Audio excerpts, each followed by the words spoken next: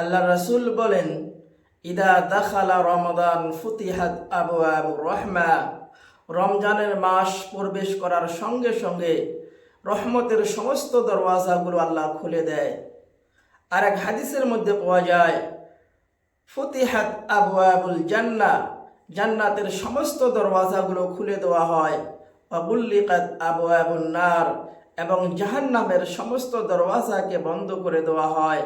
ওয়াসুলসিলাতি শায়াতিন, এবং শয়তানকে কয়েদখানার মধ্যে গ্রেফতার করা হয়, বন্দী করা হয়। আল্লাহ রাসূল আর এক হাদিসের মধ্যে বলেন, মান সামা রমাদানা ঈমানান ওয়া ইহতিসাবান, যে ব্যক্তি রমজান মাসে রোজা রাখবে ঈমানের সহিত, ইখলাসের সহিত, গুফিরা লাহু মা তাকদ্দামা মিন যামবিহি ওয়া মা তাআখার, ওই ব্যক্তির আগের পিছের জীবনের সকল গুনাহ খাতা আল্লাহ মাফ করিয়া দিবে।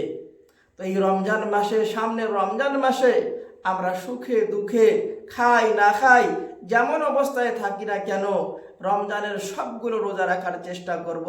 আল্লাহর ওয়াদা, আল্লাহর রাসূলের হাদিস, ইনশাআল্লাহ আমাদের জীবনের সকল গুনাহ খাতা মাফ হয়ে যাবে। আল্লাহ রাসূল সাল্লাল্লাহু আলাইহি সাল্লাম বলেন, মুসলিম শরীফের হাদিস, ফিল জান্নাতি সামানিয়াতু আবওয়াবিন, জান্নাতের মধ্যে 8টি দরওয়াজা আছে। মিনহা বাবুন ইউসাম্মা রায়্যান, সেই 8টি দরওয়াজার মাধ্যম থেকে একটি দরওয়াজার নাম হয়েছে বাবুর রায়্যান। লা ইয়াদখুলুহু ইল্লা সাইমুন, সেই দরওয়াজা দিয়ে যারা রোজাদার ব্যক্তি ওনারাই প্রবেশ করবে। অর্থাৎ রোজাদার ব্যক্তিদের জন্য আল্লাহ তাবারক ওয়া তাআলা এক্সট্রা ভাবে, আলাদভাবে একটি দরওয়াজা বানাইয়েছেন, আলাদভাবে একটি জান্নাত বানাইয়েছেন। সেই জান্নাত দিয়ে শুধু রোজাদার ব্যক্তিরাই প্রবেশ করতে পারবে। এই রোজার খুব ফজিলত আছে। হাদিসের মধ্যে এসেছে, আল্লাহ রাসূল সাল্লাল্লাহু আলাইহি ওয়াসাল্লাম বলেন, মুসনাদে আহমদের হাদিস, আস-সিয়ামু ওয়াল কুরআনু ইয়াশফাআন লিল আবদি, কিয়ামতের দিন এই রোজা আর কোরআন বান্দার জন্য, আমার জন্য সুপারিশ করবে। ইয়াকুলু সিয়াম, রোজা বলবে, এ রব্বি, এ মেরে পরওয়ারদিগার, আয় আল্লাহ, ইন্নী মানাআতুহু তুআম ওয়া শাহওয়াত বিন নাহার, আমি রোজার কারণে এই ব্যক্তি দিনের মধ্যে খাবার খুব মন গেছিল কিন্তু খায় নাই, বিবির সঙ্গে মিলামিশি করে নাই, পানি পান করে নাই।